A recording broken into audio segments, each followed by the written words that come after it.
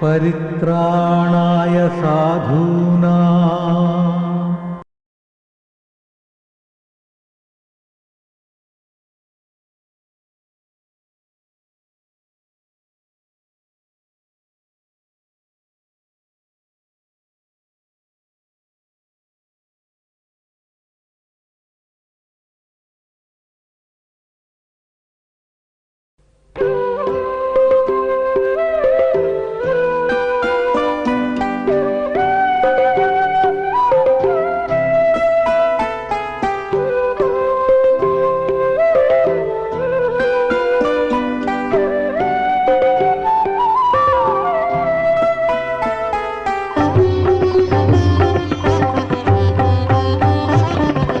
परमात्मा समागम ಹೊಂದಲು ಇಂದು ನಡೆ ಮುನ್ನಡೆವೋ ಜ್ಯೋತಿರ್ಬಿಂದು ಪ್ರೀತಿಸಿ ಕರೆವನು ಶಿವನೇ ಬಂದು ಆತ್ಮನೇ ಬಾಯೆಂದು ಪರಮಾತ್ಮ ಸಮಾಗಮ ಹೊಂದಲು ಇಂದು ನಡೆ ಮುನ್ನಡೆವೋ ಜ್ಯೋತಿರ್ಬಿಂದು ಪ್ರೀತಿಸಿ ಕರೆವನು ಶಿವನೇ ಬಂದು ಆತ್ಮನೇ ಬಾಯೆಂದು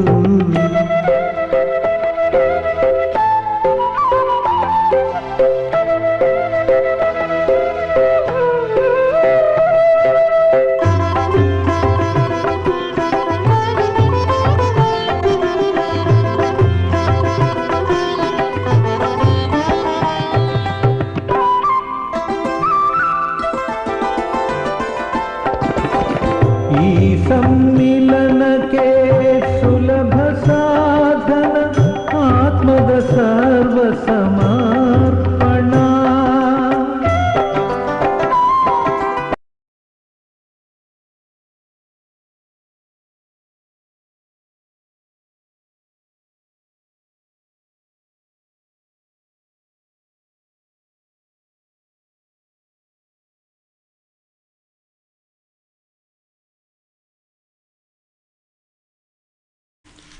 ಓಂ ಶಾಂತಿ.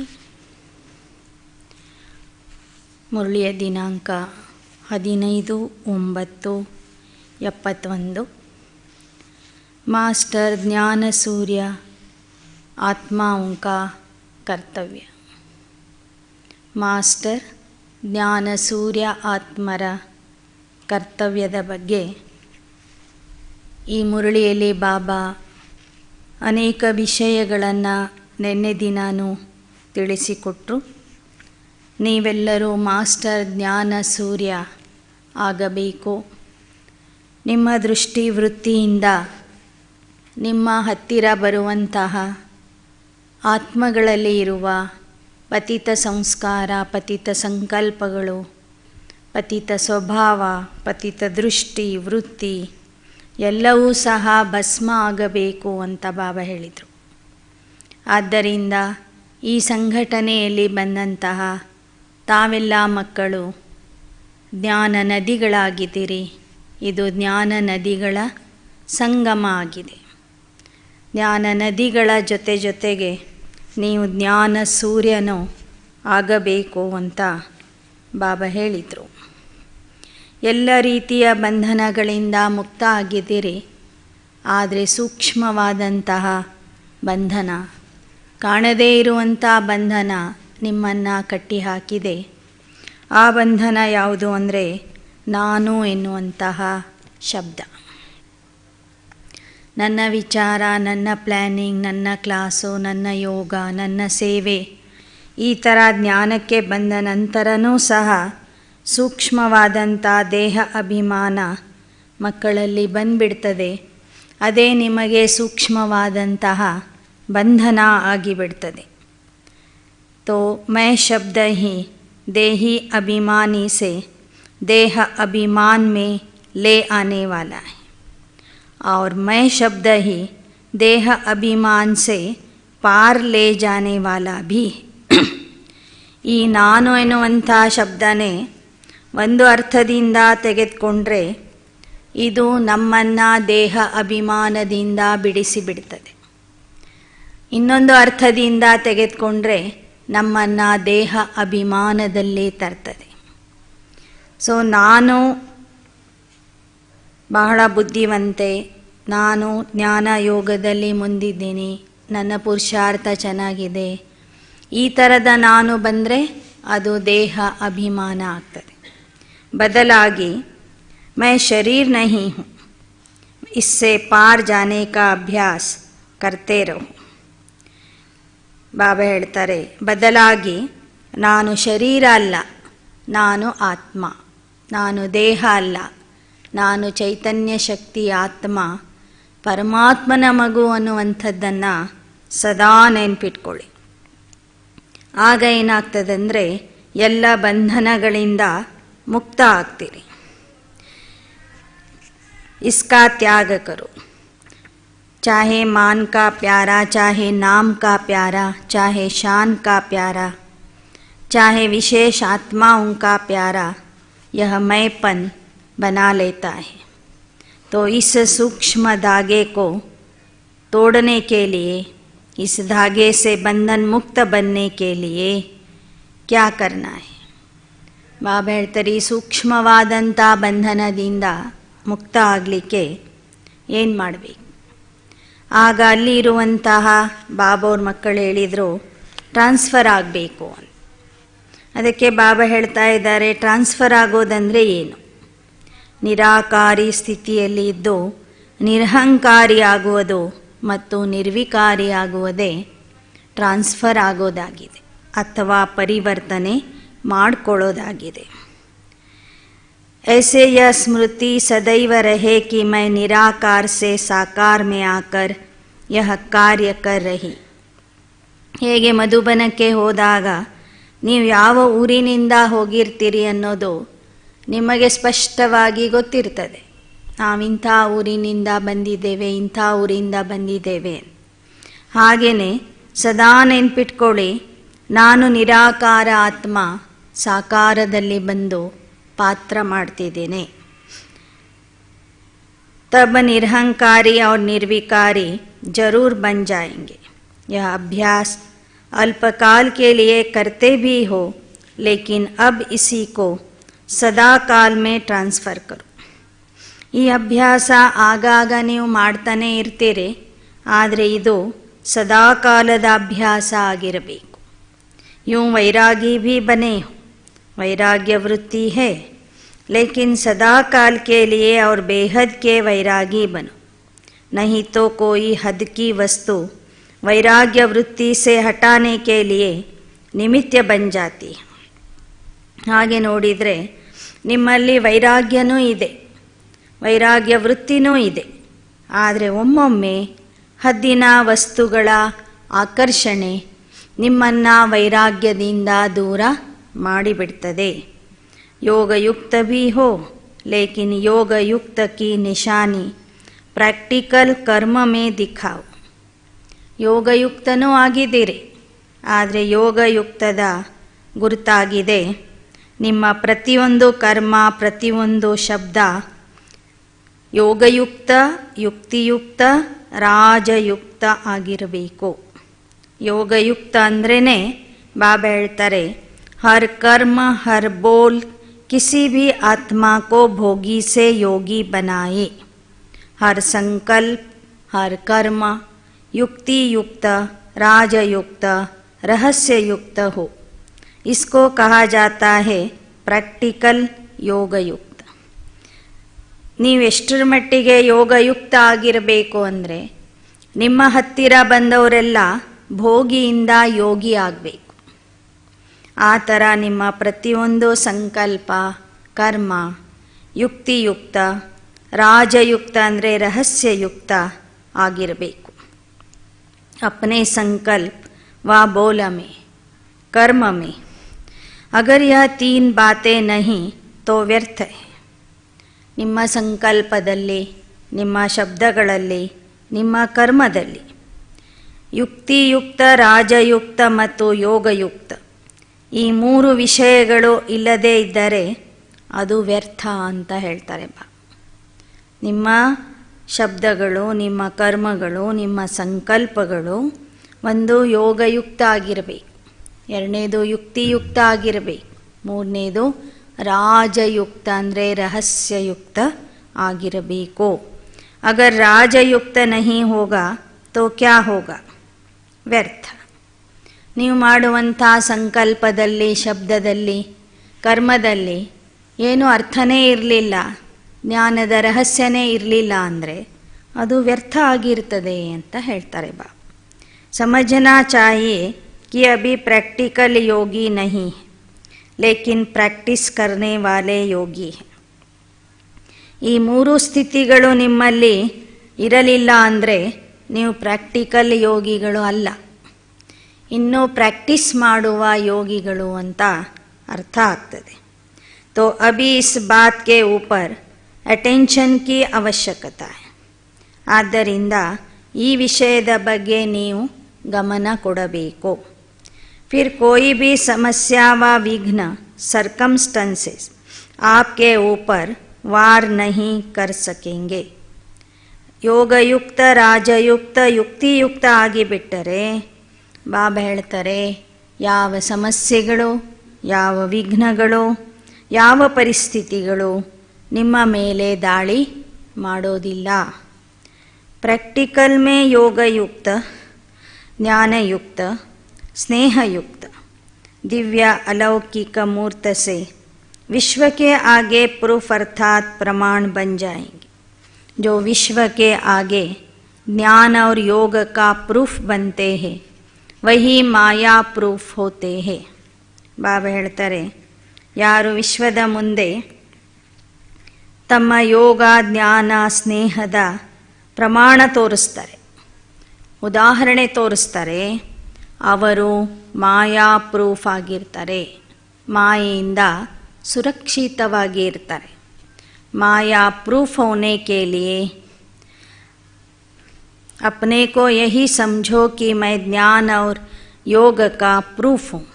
यह प्रमाण रूप बनना आत्माओं के अरमानों को खत्म करने वाला है.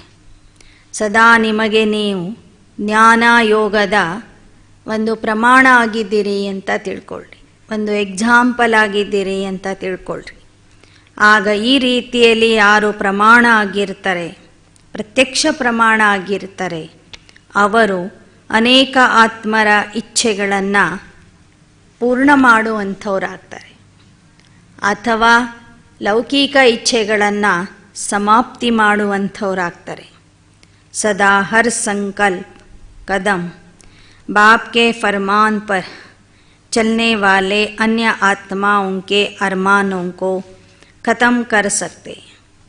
ಯಾರು ಪ್ರತಿಯೊಂದು ಸಂಕಲ್ಪ, ಪ್ರತಿಯೊಂದು ಹೆಜ್ಜೆಯನ್ನು ತಂದೆಯ ಆದೇಶದ ಪ್ರಕಾರ ಇಡ್ತಾರೆ, ತಂದೆಯ ಆದೇಶ ಪ್ರಕಾರ ನಡ್ಕೋತಾರೆ, ಅವರು ಅನೇಕ ಆತ್ಮರ ಲೌಕಿಕ ಇಚ್ಛೆಗಳನ್ನು खत्म ಮಾಡ್ತಾರೆ. अपने अंदर भी पुरुषार्थ का, सफलता का अरमान रह जाता है. इसका भी कारण कि कहाँ न कहाँ कोई न कोई फरमान नहीं पालन होता है. ನಿಮ್ಮ ಒಳಗೆಯೂ ಸಹ ಒಮ್ಮೊಮ್ಮೆ ಆಶೆ ಇರ್ತದೆ, ಪುರುಷಾರ್ಥದ ಆಶೆ, ಸಫಲತೆಯ ಆಶೆ. ಅದು ಸಹ ಯಾಕೆ ಅಂದರೆ ಎಲ್ಲೋ ಒಂದು ಕಡೆ ನೀವು ತಂದೆಯ ಶ್ರೀಮತವನ್ನು ಪಾಲನೆ ಮಾಡ್ತಿರೋದಿಲ್ಲ. ಅದಕ್ಕಾಗಿ ಡ್ರಾಮಾ ಮತ್ತು ತಂದೆಯ ಮೇಲೆ ನಿಶ್ಚಯ ಬುದ್ಧಿಯಾಗಿ ನೀವು ಕೆಲಸ ಮಾಡೋದಿಲ್ಲ. तो जिस घड़ी भी अपने पुरुषार्थ के ऊपर, सर्विस की सफलता के ऊपर, सर्व के स्नेह और सहयोग की प्राप्ति के ऊपर जरा भी कमी व उलझन आए तो चेक करो कौन से फरमान की कमी है, जिसका प्रत्यक्ष फल 1 सेकंड के लिए भी अनुभव कर रहे. ಯಾವಾಗ ಯಾವಾಗ ನಿಮ್ಮ ಪುರುಷಾರ್ಥದಲ್ಲಿ, ಸಫಲತೆಯಲ್ಲಿ, ಸರ್ವರ ಸ್ನೇಹ ಮತ್ತು ಸಹಯೋಗದ ಪ್ರಾಪ್ತಿಯಲ್ಲಿ ಹೆಚ್ಚು ಕಡಿಮೆ ಆಗ್ತದೆ, ಕೊರತೆ ಉಂಟಾಗ್ತದೆ, ಅಥವಾ ನೀವು ಗೊಂದಲಕ್ಕೆ ಒಳಗಾಗ್ತೀರಿ. ಆಗ ತಿಳ್ಕೊಳ್ಳಿ, ಯಾವುದೋ ಒಂದು ಆದೇಶದ ಪಾಲನೆ ನೀವು ಮಾಡ್ತಾ ಇಲ್ಲ, ಪರಮಾತ್ಮನ ಆಜ್ಞೆಯನ್ನು ನೀವು ಮುರಿತಾ ಇದ್ದೀರಿ. फरमान सिर्फ मुख्य बातों का नहीं, फरमान हर समय के हर कर्म के लिए मिला हुआ है. ಬಾಬಾ ಆಜ್ಞೆಗಳನ್ನು ಆದೇಶಗಳನ್ನು ಕೇವಲ ಕೆಲವು ವಿಷಯಗಳಿಗೆ ಮಾತ್ರ ಕೊಡೋದಿಲ್ಲ. ಇಡೀ ದಿನದ ಪ್ರತಿಯೊಂದು ಕರ್ಮ ಮಾಡಲಿಕ್ಕೂ ಒಂದು ಶ್ರೀಮತ ಇದೆ, ಪ್ರತಿಯೊಂದಕ್ಕೂ ಒಂದು ಆದೇಶ ಅಥವಾ ಆಜ್ಞೆ ಕೊಟ್ಟಿದ್ದಾರೆ. सवेरे अमृत वेले से लेकर रात तक अपनी दिनचर्या में जो फरमान मिले हुए हैं उनको चेक करो. ಅಮೃತ ವೇಳೆಯಿಂದ ರಾತ್ರಿಯವರೆಗೂ ನಿಮ್ಮ ದಿನಚರ್ಯೆ ಯಾವ ರೀತಿಯಲ್ಲಿ ಇರಬೇಕು ಅಂತ ಬಾಬಾ ನಿಮಗೆ ಆದೇಶ ಕೊಟ್ಟಿದ್ದಾರೆ. ಆ ಎಲ್ಲ ಆದೇಶಗಳನ್ನು ಪಾಲನೆ ಮಾಡಿರಿ. ಅದರ ಪಾಲನೆ ಸರಿಯಾಗಿ ಮಾಡ್ತಾ ಇದ್ದೀರೋ ಹೇಗೆ ಅಂತ ನೋಡ್ಕೊಳ್ಳಿ. ಚೆಕ್ ಕರೋ. वृत्ति को, दृष्टि को, संकल्प को, स्मृति को, सर्विस को, संबंध को, सभी को चेक करो. वृत्ति, दृष्टि, संकल्प, स्मृति, ಸೇವೆ, ಸಂಬಂಧ ಎಲ್ಲವನ್ನೂ ಚೆಕ್ ಮಾಡ್ಕೊಳ್ಳಿ ಅಂತ ಹೇಳ್ತಾರೆ ಬಾಬಾ. जैसे कोई मशीनरी चलते चलते स्पीड ढीली हो जाती है तो सभी औजारों को चेक करते, चारों ओर से चेकिंग करते. ಯಾವುದಾದ್ರೂ ಒಂದು ಯಂತ್ರ ನಿಧಾನಕ್ಕೆ ಕೆಲಸ ಮಾಡ್ತಿದ್ರೆ ಯಾಕೆ ಇದು ನಿಧಾನಕ್ಕೆ ಕೆಲಸ ಮಾಡ್ತಿದೆ ಅಂತ ಎಲ್ಲ ಒಳಗಿನ ಯಂತ್ರಗಳನ್ನು ಚೆಕ್ ಮಾಡ್ತಾರೆ, ಸಣ್ಣ ಪುಟ್ಟ ಪಾರ್ಟ್ಸ್ಗಳನ್ನು ನೋಡ್ತಾರೆ. ऐसे चारों तरफ की चेकिंग करने से स्पीड तेज करेंगे. ಹಾಗೆಯೇ ನಿಮ್ಮ ಪುರುಷಾರ್ಥದ ವೇಗ ಕಡಿಮೆ ಆಗ್ತಿದೆ ಅಂದರೆ ಯಾಕೆ ಕಡಿಮೆ ಆಗ್ತಿದೆ ಅಂತ ನೀವೇ ಚೆಕ್ ಮಾಡ್ಕೊಳ್ಳಿ. ಎಲ್ಲಿ ಮಿಸ್ಟೇಕ್ ಇದೆ, ಎಲ್ಲಿ ತೊಂದರೆ ಉಂಟಾಗಿದೆ ಅದನ್ನು ನೋಡ್ಕೊಳ್ಳಿ. ಕ್ಯೋಂಕಿ ಅಬ್ ರುಕ್ನೆ ಕಿ ಬಾತ್ ಖತಮ್ ಹುಯಿ, अब है स्पीड को तेज करने की बात. ಈಗ ನಿಲ್ಲುವ ಸಮಯ ಮುಗಿದಿದೆ. ಈಗ ತೀವ್ರ ವೇಗದಿಂದ ಪುರುಷಾರ್ಥ ಮಾಡುವ ಸಮಯ ಬಂದಿದೆ. जो भी स्टेज सुनी है उस पर ठहरते भी हो और पुरुषार्थ में विशेष आत्माएं भी हो. ಬಾಬಾ ಯಾವ ಸ್ಥಿತಿಯ ಬಗ್ಗೆ ಹೇಳಿದ್ದಾರೆ ನಿಮಗೆ, ಆ ಸ್ಥಿತಿಯಲ್ಲಿ ನೀವು ಸ್ಥಿತ ಆಗ್ತೀರಿ. ಆದರೆ ನಿರಂತರವಾಗಿ ಆ ಸ್ಥಿತಿಯಲ್ಲಿ ಇರೋದಿಲ್ಲ. ಅದಕ್ಕಾಗಿ ನಿಮ್ಮ ಪುರುಷಾರ್ಥವನ್ನು ಈಗ ತೀವ್ರ ವೇಗದಿಂದ ಮಾಡಿರಿ. स्टेज को चेक करने में ठीक हो, लेकिन अभी क्या करना है, परसेंटेज को बढ़ाओ, परसेंटेज कम है. ನಿಮ್ಮ ಸ್ಥಿತಿ ಯಾಕೆ ಮೇಲೆ ಕೆಳಗೆ ಆಗ್ತಾ ಇದೆ, ಯಾವ ಕೊರತೆ ಇದೆ ಅನ್ನೋದನ್ನು ಚೆನ್ನಾಗಿ ಗುರುತಿಸ್ತೀರಿ, ನಿಮಗೆ ಗೊತ್ತೂ ಆಗ್ತದೆ. ಆದರೆ ಅದನ್ನು ಸರಿ ಮಾಡಿಕೊಳ್ಳುವಾಗ 100% ಸರಿ ಮಾಡಿಕೊಳ್ತಿಲ್ಲ ನೀವು, परसेंटेज उड़ीता है. पेपर जो दिया है उसकी रिजल्ट यह है, नॉलेज की शक्ति से स्टेज को बना लेते हो, लेकिन परसेंटेज से स्वयं भी संतुष्ट नहीं हो. ಜ್ಞಾನದ ಆಧಾರದಿಂದ ನಿಮ್ಮ ಸ್ಥಿತಿಯನ್ನು ಸರಿ ಮಾಡಿಕೊಳ್ತೀರಿ. ಆದರೆ ಯಾವ ಮಟ್ಟಕ್ಕೆ ಅದು ಸರಿ ಆಗಬೇಕು ಆ ಮಟ್ಟಕ್ಕೆ ಅದು ಸರಿ ಆಗೋದಿಲ್ಲ. ಆಗ ನಿಮ್ಮಲ್ಲಿ ಸಂತುಷ್ಟತೆಯೂ ಇರೋದಿಲ್ಲ. अभी यह संपूर्ण करना है. ज्ञान के फोर्स के साथ जो महीनता का सुनाया उसके कारण नकली नुकसान देने वाला फोर्स भी मिक्स हो जाता है. ಜ್ಞಾನದ ಆವೇಶದ ಜೊತೆಗೆ, ಜ್ಞಾನದ ಉತ್ಸಾಹದ ಜೊತೆಗೆ ಒಮ್ಮೊಮ್ಮೆ ನಿಮ್ಮಲ್ಲಿ ನಕಲಿ ಉತ್ಸಾಹನೂ ಬಂದ್ಬಿಡ್ತದೆ. ನಕಲಿ ಫೋರ್ಸ್ ನುಕ್ಸಾನ್ ದೇನೆ ವಾಲ, फोर्स न आए उसके लिए क्या बात स्मृति में रखेंगे. ಕೆಲವರು ಜ್ಞಾನದ ಉತ್ಸಾಹದಿಂದ ಯೋಗದ ಉತ್ಸಾಹದಿಂದ ಕೆಲಸ ಮಾಡ್ತಾರೆ. ಕೆಲವರು ಸೇಡಿನ ಭಾವನೆಯಿಂದ ಕೆಲಸ ಮಾಡ್ತಾರೆ, ಕಾಂಪಿಟೇಷನ್ನಿಂದ ಕೆಲಸ ಮಾಡ್ತಾರೆ, ನಾನೇನು ಕಡಿಮೆ ಅಂತ ತೋರಿಸ್ಲಿಕ್ಕೆ ಮಾಡ್ತಾರೆ. ಅದು ನಕಲಿ ಫೋರ್ಸ್ ಅಂತ ಹೇಳ್ತಾರೆ ಬಾಬಾ.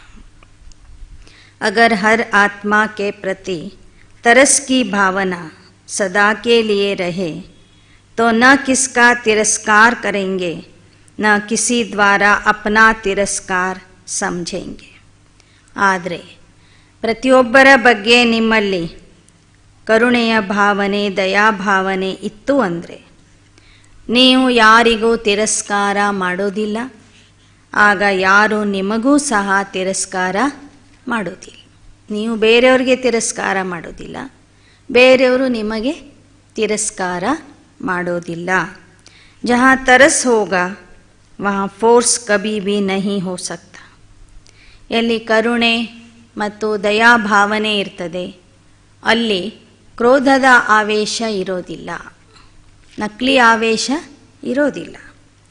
जहाँ रहम दिल बनना चाहिए वहाँ रहम दिल बनने के बजाय रोबदार बन जाते, लेकिन यहाँ विश्व महाराजन नहीं हो. ಬಾಬಾ ಹೇಳ್ತಾರೆ, ಎಲ್ಲಿ ದಯಾಹೃದಯ ಆಗಬೇಕು ಅಲ್ಲಿ ನೀವು ದರ್ಪ ತೋರಿಸ್ಲಿಕ್ಕೆ ಹೋಗ್ತೀರಿ, ನಿಮ್ಮದೇ ಅಧಿಕಾರ ತೋರಿಸ್ಲಿಕ್ಕೆ ಹೋಗ್ತೀರಿ. ಆದರೆ ಬಾಬಾ ಹೇಳ್ತಾರೆ, ನೀವು ಸಂಗಮ ಯುಗದಲ್ಲಿನೇ ರಾಜ ಆಗಿಲ್ಲ, ಇನ್ನು ಸಂಗಮ ಯುಗದಲ್ಲಿ ಸೇವಾಧಾರಿ ಇದ್ದೀರಿ, ರಾಜ ಆಗೋದು ಭವಿಷ್ಯದಲ್ಲಿ. अपने को स्टेट के मालिक समझते हो ना, यह सभी स्टेट्स मिनिस्टर्स आए हुए, तो स्टेट के मालिक समझने से निराकारी और निरहंकारी की स्टेज भूल जाते हो. ಆ ಒಂದು ತಂಡದಲ್ಲಿ ಬಂದವರೆಲ್ಲ ಝೋನ್ ಇನ್ಚಾರ್ಜ್ ಮಕ್ಕಳು ಬಂದಿದ್ರು. ಕರ್ನಾಟಕ ಝೋನು, ಮಹಾರಾಷ್ಟ್ರ ಝೋನು, ಆವಾಗ ಈ ಸಬ್ ಝೋನ್ಗಳು ಇರಲಿಲ್ಲ. ಒಂದೊಂದು ಪ್ರಾಂತದಿಂದ ಒಂದೊಂದು ರಾಜ್ಯದಿಂದ ಒಬ್ಬೊಬ್ಬರು ಬಂದಿದ್ರು ಮುಖ್ಯಸ್ಥರು. ಅದಕ್ಕೆ ಬಾಬಾ ಹೇಳ್ತಿದ್ದಾರೆ, ನಿಮಗೆ ನೀವು ಆ ರಾಜ್ಯದ ಮಾಲೀಕರು ಅಂತ ತಿಳ್ಕೊಂಡಿದ್ದೀರಿ, ಏನೋ ಸೇವಾ ದೃಷ್ಟಿಯಿಂದ ನಿಮಗೆ ಆ ರಾಜ್ಯದ ಇನ್ಚಾರ್ಜ್ ಅಂತ ಮಾಡಲಾಗಿದೆ. ನೀವೆಲ್ಲರೂ ಒಂದೊಂದು ರಾಜ್ಯದ ಮಂತ್ರಿಗಳು ಆಗಿದ್ದೀರಿ ನಿಜ, ಆದರೆ ಮಂತ್ರಿಗಳು ಅಂಥೇಳಿ ಎಲ್ಲರ ಮೇಲೆ ದಬ್ಬಾಳಿಕೆ ಮಾಡೋದಲ್ಲ, ದರ್ಪ ತೋರಿಸೋದಲ್ಲ. स्टेट के मालिक समझने से निराकारी और निरहंकारी की स्टेज भूल जाते हो. स्टेट के सेवाधारी हो न कि कोई भी आत्मा से सेवा लेने वाले हो. ನಿಮಗೆ ನೀವು ಆ ರಾಜ್ಯದ ಇನ್ಚಾರ್ಜ್ ಅಂತ ತಿಳ್ಕೊಬೇಡ್ರಿ, ಆ ರಾಜ್ಯದ ಸೇವಕ ಅಂತ ತಿಳ್ಕೊಳ್ಳಿ, ಸೇವಾಧಾರಿ ಅಂತ ತಿಳ್ಕೊಳ್ರಿ. अगर कोई को यह संकल्प आता है कि मैंने इतना किया, मुझे इससे कुछ शान मान व महिमा मिलनी चाहिए, यह भी लेना हुआ. लेने की भावना हुई. दाता के बच्चे अगर यह भी लेने का संकल्प करते हो तो दाता नहीं हुए. ನಾನು ಈ ರಾಜ್ಯದಲ್ಲಿ ಇಷ್ಟೊಂದು ಸೇವೆ ಮಾಡಿದ್ದೀನಿ ಅಂದರೆ ನನಗೆ ಸ್ಥಾನ ಮಾನ ಮಹಿಮೆ ಸಿಗಬೇಕು ಅಂತ ಮಕ್ಕಳು ಅಪೇಕ್ಷೆ ಪಡ್ತೀರಿ, ಅದು ಸಹ ತಗೊಳ್ಳೋದಾಗಿದೆ. ಆದರೆ ನೀವು ತಗೊಳ್ಳುವಂಥವರಲ್ಲ, ಕೊಡುವಂಥವರಾಗಿದ್ದೀರಿ. ನೀವು ಲೇವತಾ ಅಲ್ಲ, ದೇವತಾ ಆಗಿದ್ದೀರಿ, दाता ಆಗಿದ್ದೀರಿ. दाता के बच्चे अगर यह भी लेने का संकल्प करते हो तो दाता नहीं हुए. ದಾತನ ಮಕ್ಕಳು ಎಲ್ಲರೂ ನನಗೆ ಸ್ಥಾನ ಮಾನ ಕೀರ್ತಿ ಹೆಸರು ಪ್ರಸಿದ್ಧಿ ಕೊಡಲಿ ಅಂತ ಬೇಡಿದರೆ ಅವರು ದಾತನೇ ಅಲ್ಲ. यह भी लेना लेना हो गया. लेना देने वाले के आगे शोभता नहीं. इसको कहा जाता है बेहद के वैराग्य. ಕೊಡುವಂಥವರ ಮುಂದೆ ತಗೊಳ್ಳುವಂಥವ್ರೇನಾಗ್ತಾರೆ, ಸಣ್ಣವರಾಗ್ಬಿಡ್ತಾರೆ. ಅದು ನೋಡಲಿಕ್ಕೂ ಶೋಭೆ ಕಾಣಿಸೋದಿಲ್ಲ. ನೀವು ದಾತಾ ತಂದೆಯ ಮಕ್ಕಳು ಬೇಡುವಂಥವರಾದರೆ ನೋಡಲಿಕ್ಕೂ ಶೋಭೆ ಕಾಣಿಸೋದಿಲ್ಲ. ಇಸ್ಕೋ ಕಹಾ ಜಾತಾ ಹೇ ಬೇಹದ್ ಕೆ ವೈರಾಗಿ. ಯಾರು ಸದಾ ಕೊಡುವಂಥವರಾಗಿರ್ತಾರೆ, ಏನನ್ನೂ ಸಹ ಬೇರೆಯವ್ರ ಹತ್ರ ಕೇಳೋದಿಲ್ಲ, ಬೇಡೋದಿಲ್ಲ, ಯಾವುದರ ಅಪೇಕ್ಷೆ ಇಟ್ಕೊಳ್ಳೋದಿಲ್ಲ, ಅವರಿಗೆ ಬೇಹದ್ದಿನ ವೈರಾಗಿಗಳು ಅಂತ ಹೇಳಲಾಗ್ತದೆ. ಸೇವಾದಾರಿ ಕೋ यह भी संकल्प नहीं उठना चाहिए, तब स्टेट से अपने बेहद के विश्व महाराजन का स्टेटस पा सकेंगे. ಸೇವಾಧಾರಿಗಳಿಗೆ ಯಾವತ್ತೋ ನಾನು ಇಂಥ ಜೋನಿನ ಇನ್ಚಾರ್ಜ್, ಇಂಥ ಜೋನಿಗೆ ಮುಖ್ಯಸ್ಥೆ ನಾನು ಎಂಬ ಸಂಕಲ್ಪ ಬರಬಾರದು. ಆಗ ಅವರು ವಿಶ್ವ ಮಹಾರಾಜನ್ ಸ್ಥಿತಿಗೆ ತಲುಪ್ತಾರೆ. ಭವಿಷ್ಯದಲ್ಲಿ ಅವರು ವಿಶ್ವ ಮಹಾರಾಜನ್ ಆಗ್ತಾರೆ. अच्छा, जो निष्कामी होगा वही विश्व का कल्याणकारी बनेगा. ಯಾರು ನಿಸ್ವಾರ್ಥ ಭಾವನೆಯಿಂದ ಸೇವೆ ಮಾಡ್ತಾರೆ ಅವರೇ ವಿಶ್ವದ ಕಲ್ಯಾಣಕಾರಿ ಆಗ್ತಾರೆ. ರಹಮ್ ದಿಲ್ ಹೋಗ, ಅವರು ಮಾಸ್ಟರ್ ದಯಾಸಾಗರ ಆಗಿರ್ತಾರೆ.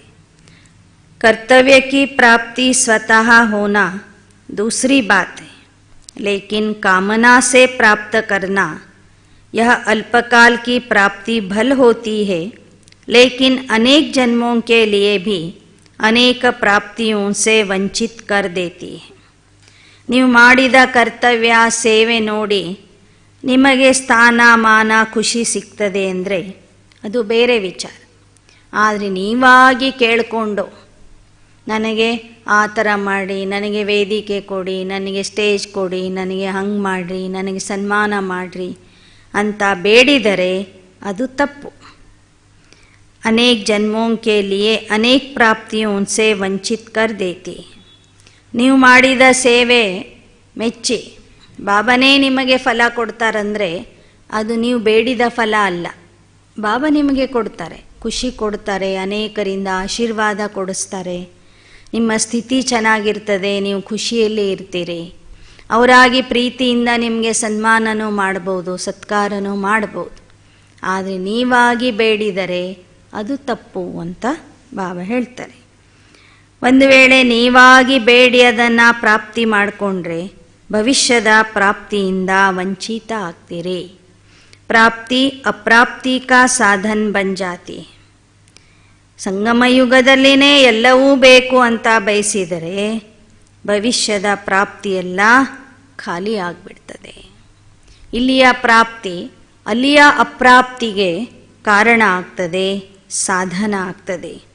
फल की प्राप्ति होना दूसरी बात है, प्रकृति दासी होना दूसरी बात है. ऐसे अल्पकाल के प्राप्ति के रूप को परखते चलना है. ಪ್ರತ್ಯಕ್ಷ ಫಲದ ಪ್ರಾಪ್ತಿ ಆಗ್ತದೆ ಅಂದರೆ ಅದು ಬೇರೆ ವಿಚಾರ, ಅದು ತಾನಾಗಿ ಪ್ರಾಪ್ತಿ ಆಗ್ತದೆ. ಒಮ್ಮೊಮ್ಮೆ ಪ್ರಕೃತಿ ನಮಗೆ ದಾಸಿ ಆಗ್ತದೆ ಅಂದರೆ ಅದು ಬೇರೆ ವಿಚಾರ. ನಮ್ಮ ಯೋಗ ಬಲ, ಜ್ಞಾನ ಬಲ, ಧಾರಣೆಯ ಬಲದಿಂದ ಪ್ರಕೃತಿನೂ ನಮಗೆ ಸಹಯೋಗ ಕೊಡ್ತದೆ. ಆದರೆ ಅಲ್ಪಕಾಲದ ಪ್ರಾಪ್ತಿಯನ್ನು ಬಯಸುವುದು ಅದು ತಪ್ಪಾಗಿದೆ. ಆದ್ದರಿಂದ ಯಾವ ಪ್ರಾಪ್ತಿ ಸರಿ ಇದೆ, ಯಾವ ಪ್ರಾಪ್ತಿ ಸರಿ ಇಲ್ಲ ಅನ್ನೋದನ್ನು ಗುರುತಿಸ್ತಾ ಹೋಗ್ರಿ. ಕೋಯಿ ಸಮಜ್ತೆ ಹೇ ಶಕ್ತಿ ನಹಿ ಕ್ಯೋ. ಬಾಬನ ಮಕ್ಕಳು ಕೆಲವರು ಹೇಳ್ತಾರೆ ಎಲ್ಲನೂ ಸರಿ ಇದೆ, ಆದರೆ ಯಾಕೋ ಶಕ್ತಿಯ ಅನುಭವ ಆಗ್ತಿಲ್ಲ. ಯಾಕೆ? ಕ್ಯೋಂಕಿ ವೇಸ್ಟೇಜ್ ಜಾದಾ ಹೈ. ಯಾಕೆ ಅಂದರೆ ವ್ಯರ್ಥ ಜಾಸ್ತಿ ಇದೆ ನಿಮ್ಮಲ್ಲಿ. ಎಲ್ಲಿ ವ್ಯರ್ಥದ ಭಾರ ಇರ್ತದೆ ಅಲ್ಲಿ ಶಕ್ತಿಯ ಅನುಭವ ಆಗೋದಿಲ್ಲ, ಹಗುರತೆಯ ಅನುಭವನೂ ಆಗೋದಿಲ್ಲ. ವೇಸ್ಟೇಜ್ ಹೋನೆ ಕೆ ಕಾರಣ ಸ್ಟೇಜ್ ಬಡ್ತಿ ನಹಿ. ಭಾರ ಇತ್ತು, ಕೊಳಕಿತ್ತು, ಕಸ ಇತ್ತು ಅಂದರೆ ನಮ್ಮ ಸ್ಥಿತಿ ಉನ್ನತ ಮಟ್ಟಕ್ಕೆ ಹೋಗೋದೇ ಇಲ್ಲ ಅಂತ ಬಾಬಾ ಹೇಳ್ತಿದ್ದಾರೆ. अच्छा, कोई भी पतित आत्मा का किसी भी इंद्रियों के रस अर्थात विनाशी रस के तरफ आकर्षण न हो, आते ही अलौकिक अतीन्द्रिय सुख व मन रस का अनुभव करे, इसके लिए पहले पतित पावनियों की मनमना भव की ಸ್ಥಿತಿ होनी चाहिए. ಯಾವುದೇ ಪತಿತ ಆತ್ಮ ನಿಮ್ಮ ಹತ್ತಿರ ಬಂದಾಗ ಅವರಿಗೆ ಅಲೌಕಿಕ ಅತೀಂದ್ರಿಯ ಸುಖದ ಅಥವಾ ಮನರಸದ ಅನುಭವ ಆಗಬೇಕು. ಇದು ಪತಿತ ಪಾವನಿ ಆಗಿರುವಂಥ ಜ್ಞಾನಗಂಗೆಯರ ಕರ್ತವ್ಯ ಆಗಿದೆ ಅಂತ ಮುರಳಿಯ ಸಾರದಲ್ಲಿ ಬಾಬಾ ತಿಳಿಸ್ತಾ ಇದ್ದಾರೆ. ಅಚ್ಚಾ, ಓಂ ಶಾಂತಿ.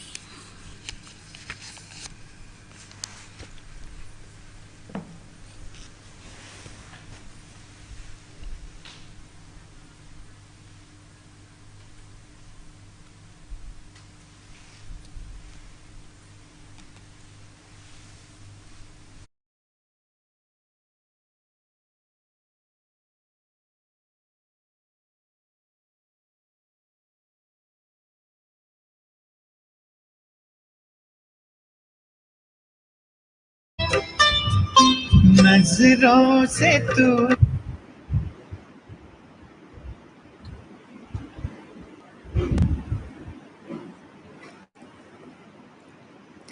ಓಂ ಶಾಂತಿ.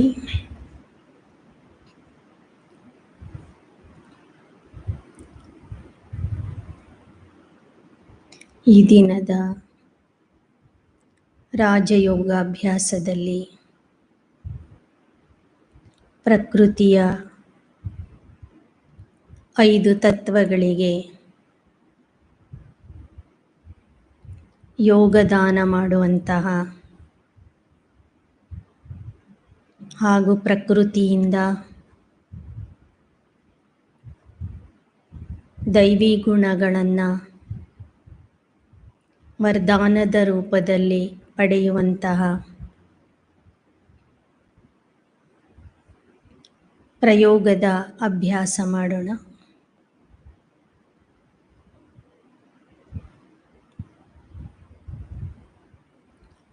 ನಾನು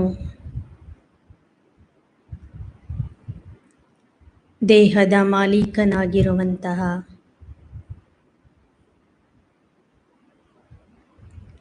ಆತ್ಮ ಮಸ್ತಕದಲ್ಲಿ ಇರುವ ಪ್ರಕಾಶದ ಮಣಿ ನಾನು. ಚೈತನ್ಯ ಶಕ್ತಿ ನಾನು.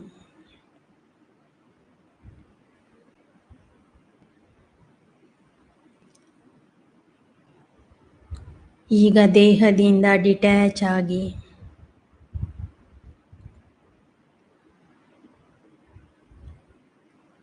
ಫರಿಷ್ಠಾ ರೂಪಧಾರಿಯಾಗಿ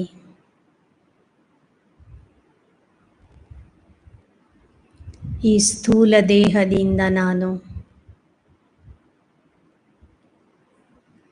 ಬಹಳ ದೂರ ದೇಹದ ಪ್ರಪಂಚದಿಂದನೂ ದೂರ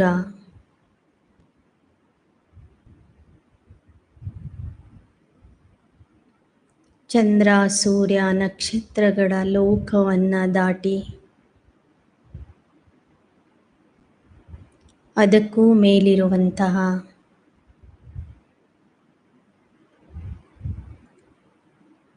ಬಿಳಿ ಮೋಡಗಳ ಲೋಕಕ್ಕೆ ಅಂದರೆ ಸೂಕ್ಷ್ಮ ವತನಕ್ಕೆ ಹೋಗಿ ತಲುಪಿದ್ದೇನೆ.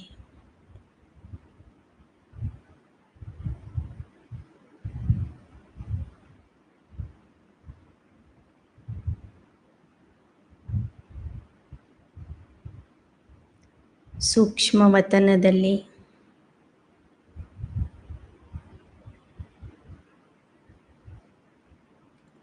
ನನ್ನ ಮುಂದೆ ಪ್ರಕಾಶದ ಕಾಯದಲ್ಲಿರುವ ಬೆಳಕಿನ ದೇಹದಲ್ಲಿರುವ ಸಂಪೂರ್ಣ ಬ್ರಹ್ಮ ಬಾಬಾ ಹಾಗೂ ಅವರ ಹಣೆಯ ಮಧ್ಯದಲ್ಲಿ ಜ್ಞಾನ ಸೂರ್ಯ ಸರ್ವಶಕ್ತಿವಂತನಾದ ಶಿವ ತಂದೆಯವರು ಸಹ ಬ್ರಹ್ಮನ ಹಣೆಯ ಮಧ್ಯದಲ್ಲಿ ವಿರಾಜಮಾನಾಗಿದ್ದಾರೆ.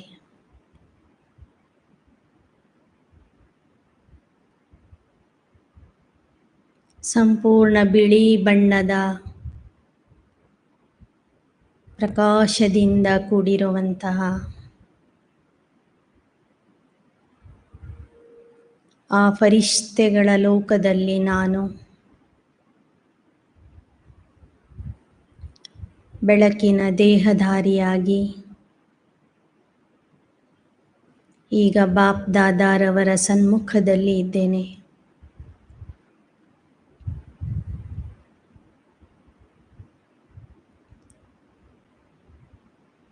ಬಾಪ್ ದಾದಾರವರು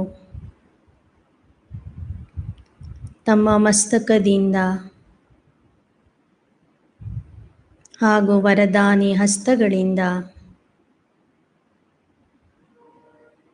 ತನ್ನಲ್ಲಿ ಇರುವ ಎಲ್ಲ ಶಕ್ತಿಗಳನ್ನು ನನಗೆ ಕೊಡುತ್ತಿದ್ದಾರೆ.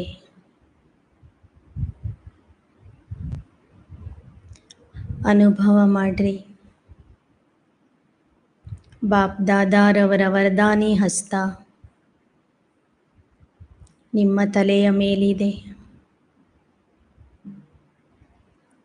ಆ ಹಸ್ತಗಳ ಮೂಲಕ ಬಾಪ್ ದಾದಾರವರಲ್ಲಿ ಇರುವ ಎಲ್ಲ ಶಕ್ತಿಗಳು ಪ್ರವಹಿಸುತ್ತಾ ನಿಮ್ಮ ಮಸ್ತಕದಲ್ಲಿ ಆ ಶಕ್ತಿಗಳು ಸಂಗ್ರಹವಾಗುತ್ತಿವೆ.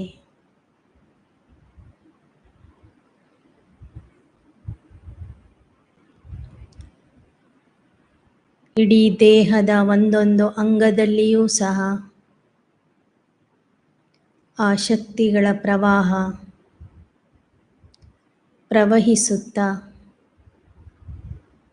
ಒಂದೊಂದು ಅಂಗವೂ ಸಹ ಶಕ್ತಿಶಾಲಿಯಾಗಿದೆ.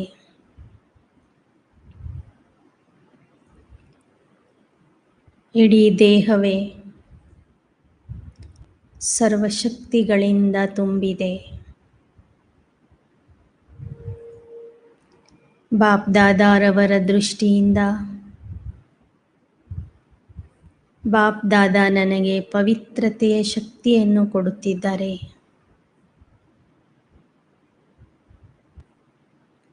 ಪವಿತ್ರವಾದ ದೃಷ್ಟಿಯಿಂದ ನೋಡುತ್ತಿದ್ದಾರೆ. ಆ ಪವಿತ್ರತೆಯ ಶಕ್ತಿಯೂ ಸಹ ನನ್ನ ಮಸ್ತಕದಿಂದ ಹಿಡಿದು ಪಾದದವರೆಗೆ ಇಡೀ ದೇಹದಲ್ಲಿ ಸಂಚರಿಸುತ್ತಿದೆ.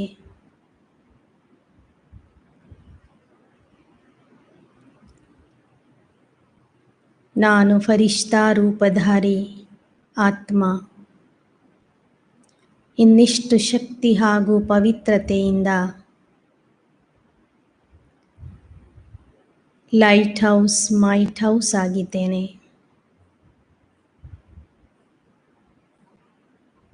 ನನ್ನ ಒಂದೊಂದು ಅಂಗದಿಂದವೂ ಸಹ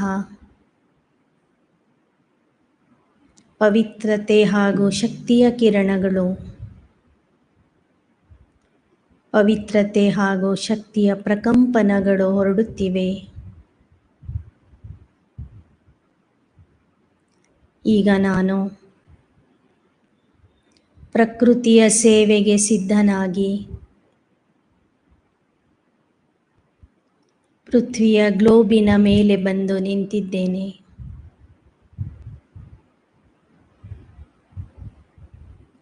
ಬಾಪ್ ದಾದಾರವರಿಂದ ಶಕ್ತಿ ಹಾಗೂ ಪವಿತ್ರತೆಯ ಪ್ರವಾಹ ನಿರಂತರವಾಗಿ ನನ್ನಲ್ಲಿ ಬರುತ್ತಾ ಇದೆ.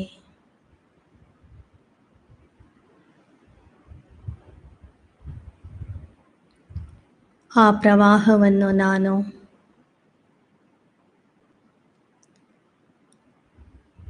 ಪೃಥ್ವಿ ತತ್ವದ ಮೇಲೆ ಹರಡಿಸುತ್ತಾ ಇದ್ದೇನೆ.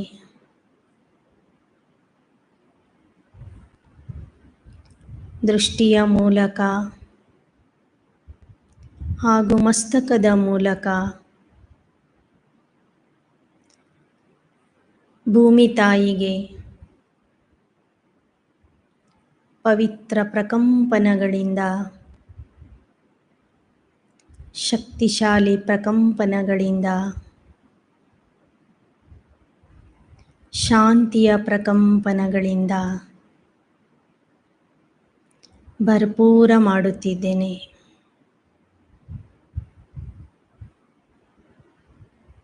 ನಿಮ್ಮ ದೃಷ್ಟಿಯ ಮೂಲಕ ಪವಿತ್ರತೆ, ಶಾಂತಿ ಹಾಗೂ ಶಕ್ತಿಯ ತರಂಗಗಳನ್ನು ಇಡೀ ಪೃಥ್ವಿಯ ಮೇಲೆ ಹರಡುತ್ತಾ ಇವೆ ಎಂದು ಅನುಭವ ಮಾಡ್ರಿ.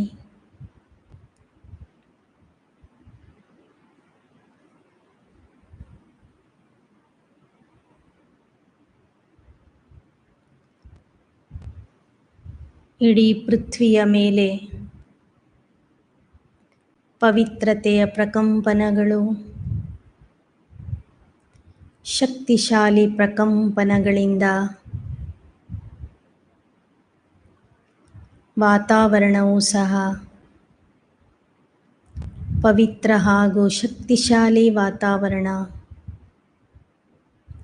ನಿರ್ಮಾಣವಾಗಿದೆ.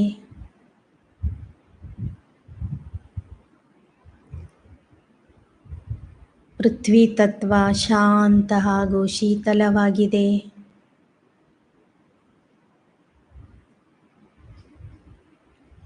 ನನ್ನ ಸೇವೆ ನೋಡಿ ಪ್ರಸನ್ನ ಚಿತ್ತ ಆಗಿದೆ.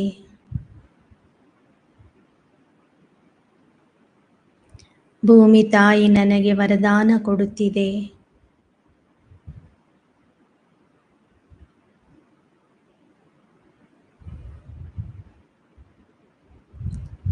ನೀನು ಯಾವಾಗ ಈ ಭೂಮಿಯ ಮೇಲೆ ಜನ್ಮ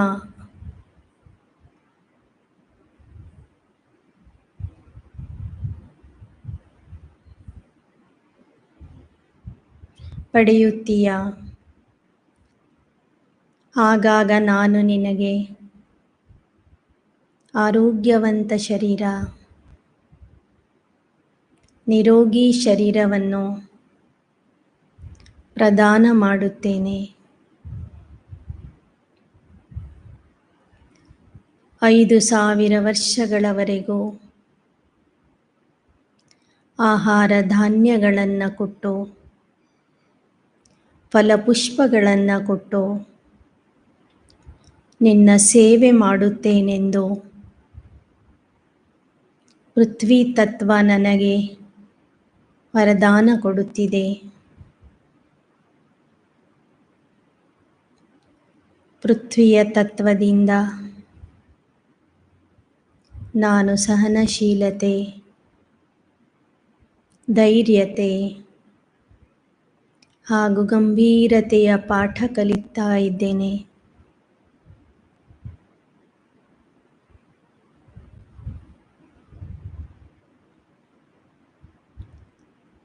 ಈಗ ನಾನು ಆತ್ಮ,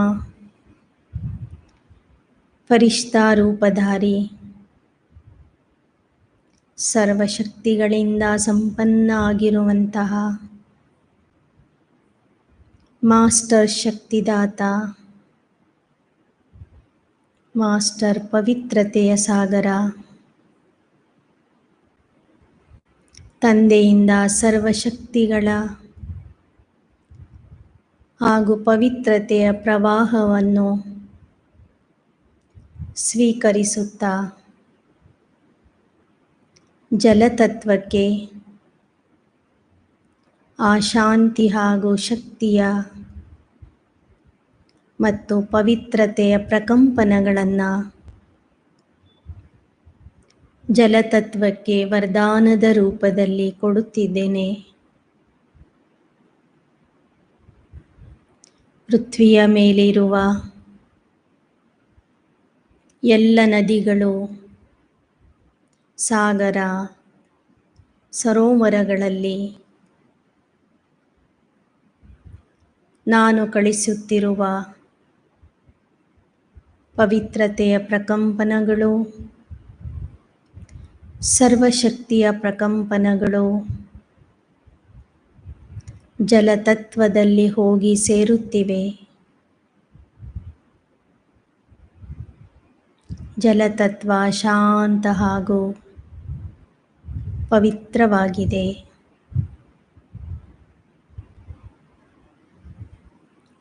ಜಲತತ್ವಕ್ಕೆ ಧನ್ಯವಾದ ಕೊಡಿ. ನೀನು 5000 ವರ್ಷಗಳವರೆಗೆ ನನಗೆ ಜಲ ಕೊಟ್ಟು ಜೀವನ ದಾನ ಮಾಡಿದೀಯ. ನಿನಗೆ ಧನ್ಯವಾದಗಳು. ನನ್ನಿಂದ ಜಲತತ್ವ ಪ್ರಸನ್ನ ಆಗಿದೆ. ವರದಾನ ಕೊಡುತ್ತಿದೆ. ಹೇ ಮಾಸ್ಟರ್ ರಚಯಿತ, ಪಾಲನಕರ್ತ, ನಾನು ಇಡೀ ಕಲ್ಪದಲ್ಲಿ ನಿನಗೆ ಶುದ್ಧ ಜಲವನ್ನು ಪೂರೈಸುವುದರ ಮೂಲಕ ಶೀತಲತೆಯ ವರದಾನ ಕೊಡುತ್ತೇನೆ ಎಂದು ಜಲತತ್ವ ನನಗೆ ಆಶೀರ್ವಾದ ಮಾಡುತ್ತಿದೆ.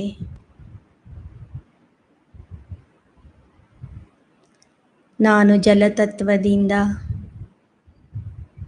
ಸರಳತೆ ಮತ್ತು ಶೀತಲತೆಯ ಗುಣವನ್ನು ಧರಿಸಿಕೊಳ್ಳುತ್ತಿದ್ದೇನೆ.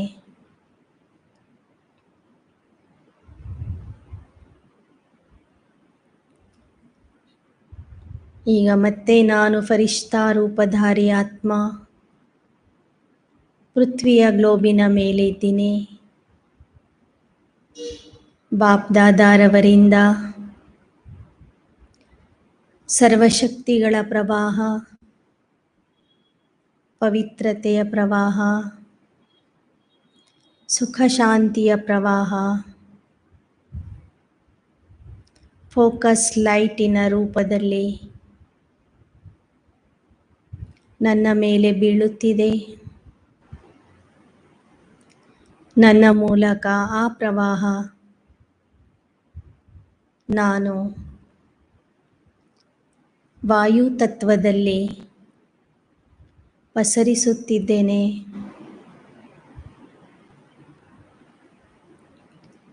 ನನ್ನ ಶಕ್ತಿಶಾಲಿ ಪ್ರಕಂಪನಗಳಿಂದ ಪವಿತ್ರತೆಯ ತರಂಗಗಳಿಂದ ಸುಖ ಶಾಂತಿಯ ಅಲೆಗಳಿಂದ ಇಡೀ ವಾಯುಮಂಡಲ, ವಾಯುತತ್ವ ಸಂಪೂರ್ಣ ಪವಿತ್ರ ಆಗಿದೆ.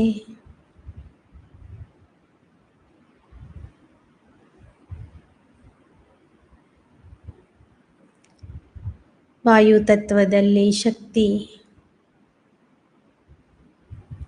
ಸುಖ ಶಾಂತಿಯ ಪ್ರಕಂಪನಗಳು ಹರಡುತ್ತಾ ಇವೆ.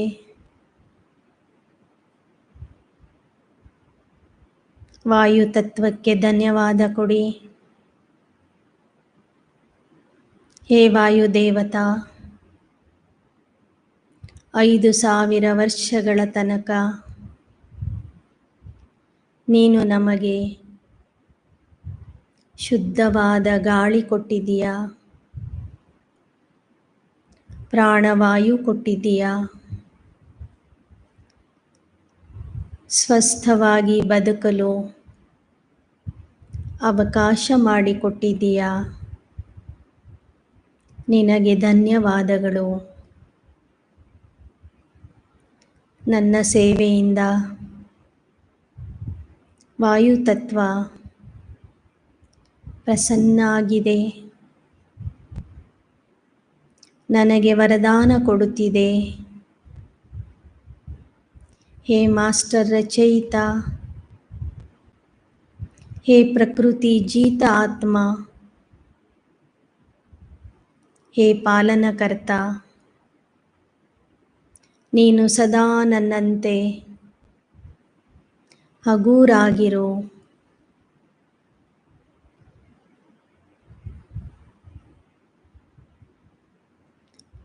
ನನ್ನಿಂದ ವಾಯು ಸ್ವೀಕಾರ ಮಾಡುತ್ತಾ ಆರೋಗ್ಯದ ಜೀವನ ನಡೆಸು ಎಂದು ವಾಯು ತತ್ವ ನಮಗೆ ವರದಾನ ಕೊಡುತ್ತಿದೆ.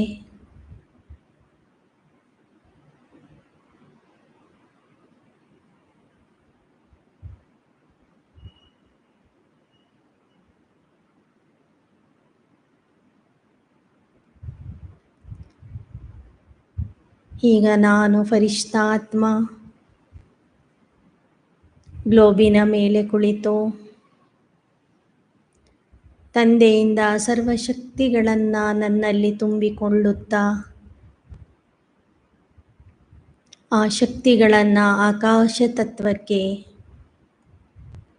ಟ್ರಾನ್ಸ್ಫರ್ ಮಾಡುತ್ತಿದ್ದೇನೆ.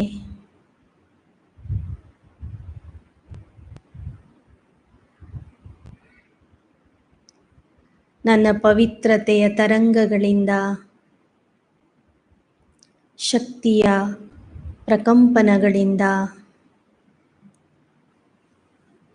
ಆಕಾಶ ತತ್ವ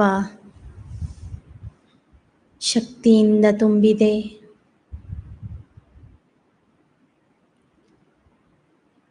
ಪವಿತ್ರವಾಗುತ್ತಿದೆ.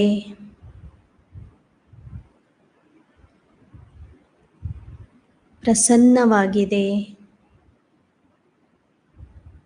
ಆಕಾಶ ತತ್ವಕ್ಕೆ ಧನ್ಯವಾದ ಕೊಡಿ.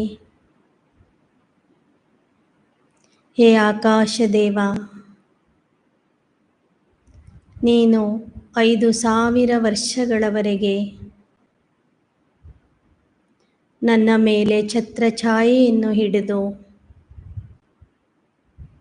ನನ್ನ ರಕ್ಷಣೆ ಮಾಡಿದೀಯಾ.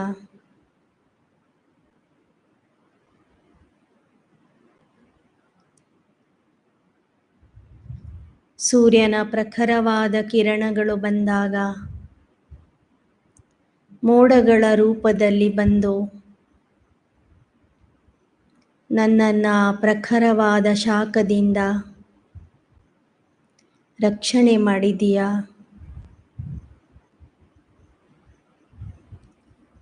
ನಿನಗೆ ಅನೇಕ ಧನ್ಯವಾದಗಳು.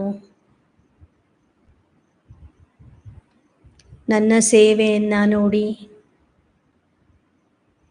ಆಕಾಶ ತತ್ವ ನನಗೆ ವರದಾನ ಕೊಡುತ್ತಿದೆ.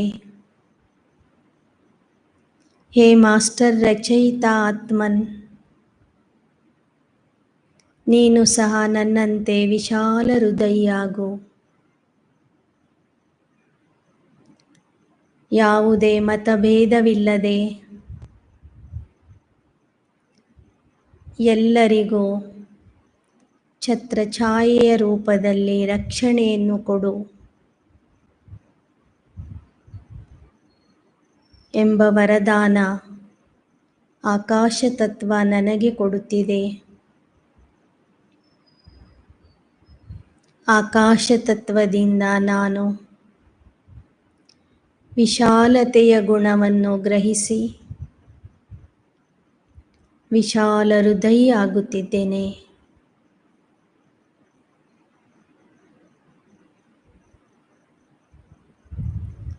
ಸರ್ವರಿಗೂ ರಕ್ಷಣೆ ಕೊಡುವಂತಹ ಮಾಸ್ಟರ್ ರಕ್ಷಕ ಆಗಿದ್ದೇನೆ.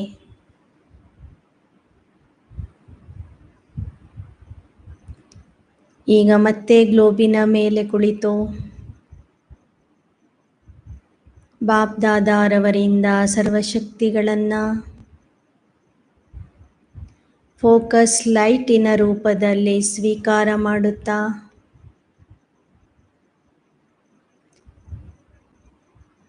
ಅದನ್ನು ಅಗ್ನಿ ತತ್ವಕ್ಕೆ ಪ್ರವಾಹದ ರೂಪದಲ್ಲಿ ಕಳುಹಿಸಿರಿ. ಪವಿತ್ರತೆಯ ಶಕ್ತಿ ಪರಮಾತ್ಮನ ದಿವ್ಯ ಶಕ್ತಿ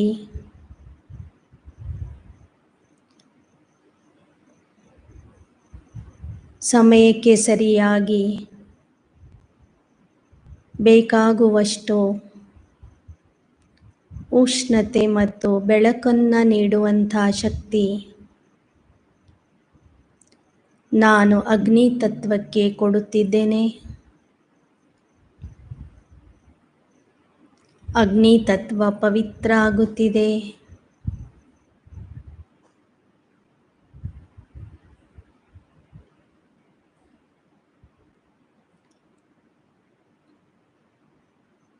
ಅಗ್ನಿ ತತ್ವಕ್ಕೆ ಧನ್ಯವಾದ ಕೊಡಿ.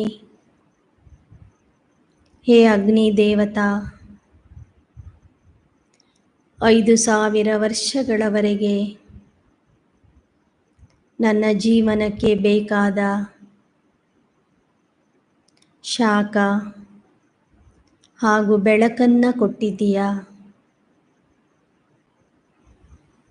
ನಿನಗೆ ಧನ್ಯವಾದಗಳು.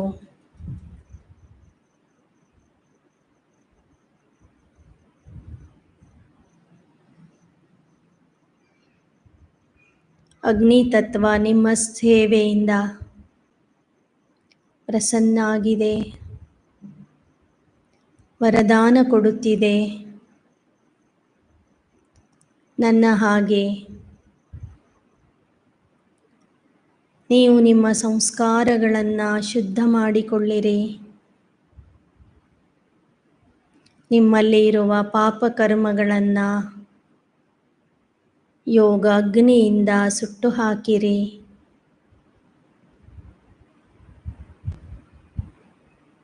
ನಾನು ನಿಮ್ಮ ಸೇವೆಯಲ್ಲಿ ಸದಾ ಹಾಜರಾಗುತ್ತೇನೆ.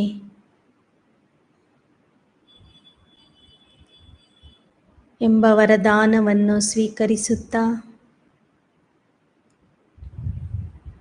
5 ತತ್ವಗಳಿಗೆ ನಿಮ್ಮ ಮುಂದೆ ಇಮರ್ಜ್ ಮಾಡಿಕೊಂಡು 5 ತತ್ವಗಳಿಗೆ ಮತ್ತೊಮ್ಮೆ ಧನ್ಯವಾದ ಕೊಡಿ. ಧನ್ಯವಾದ ಅರ್ಪಿಸಿರಿ. 5 ತತ್ವಗಳಿಂದ ಕೂಡಿದ ಪ್ರಕೃತಿಗೆ ಧನ್ಯವಾದ ಹೇಳುತ್ತಾ, ಹೇ ಪ್ರಕೃತಿ ಮಾತೆ, ಇನ್ನು ಮುಂದೆ ಅರ್ಧ ಕಲ್ಪದವರೆಗೆ ನೀನು ನಿನ್ನ ಉಗ್ರ ರೂಪವನ್ನು ಬಿಟ್ಟು ಶಾಂತಿ ಶೀತಲತೆಯಿಂದ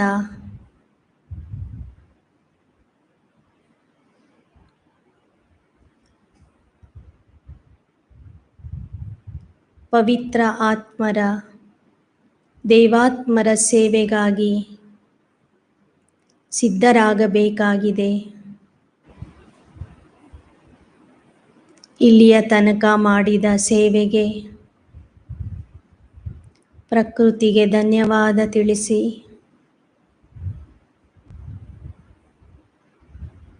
ಭೂಮಿಯಿಂದ ಧೈರ್ಯ ಹಾಗೂ ಸಹನಶೀಲತೆಯ ಗುಣವನ್ನು ಧಾರಣೆ ಮಾಡಿಕೊಳ್ಳಿರಿ.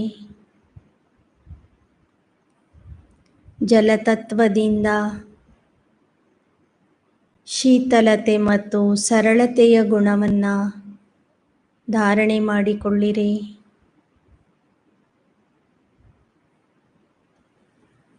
ವಾಯುತತ್ವದಿಂದ ಹಗುರತೆಯ ಗುಣವನ್ನು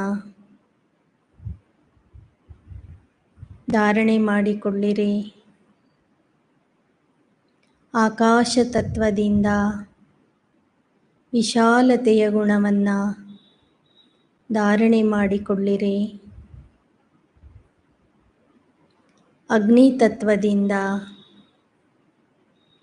ಪವಿತ್ರ ಆಗುವಂತಹ, ಶುದ್ಧ ಆಗುವಂತಹ,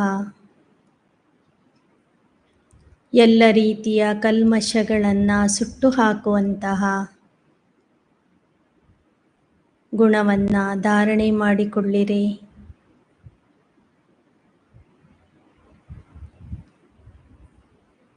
5 ತತ್ವಗಳು ಅಂತಿಮ ಸಮಯದವರೆಗೂ ಸಹ ನನ್ನ ಸೇವೆಗೆ ದಾಸಿಯಾಗಿ ದಾಸ ಆಗಿ ಹಾಜಿರಾಗಬೇಕು ಎಂದು 5 ತತ್ವಗಳಿಗೆ ಆದೇಶ ಕೊಡಿ.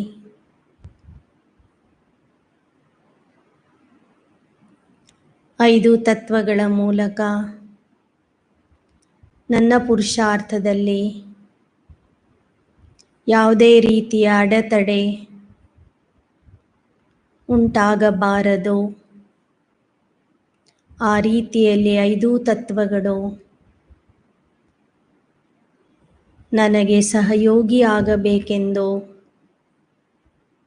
ತತ್ವಗಳಲ್ಲಿ ಪ್ರಾರ್ಥನೆ ಮಾಡಿಕೊಳ್ಳಿರಿ. ನನ್ನ ಪುರುಷಾರ್ಥಕ್ಕೆ ಸಹಾಯಕ್ಕಾಗಿ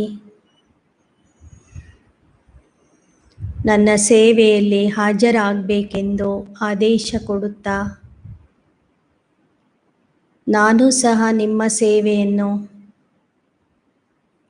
ಪ್ರತಿದಿನ ನಿಮಗೆ ಪವಿತ್ರತೆ ಹಾಗೂ ಶಕ್ತಿಯ ಪ್ರಕಂಪನಗಳನ್ನು ಕಳುಹಿಸುವುದರ ಮೂಲಕ ಮಾಡುತ್ತೇನೆಂದು ವಚನ ಕೊಡುತ್ತಾ ಈ ಅಭ್ಯಾಸವನ್ನು ಇಲ್ಲಿಗೆ ಮುಗಿಸೋಣ. ಓಂ ಶಾಂತಿ, ಓಂ ಶಾಂತಿ.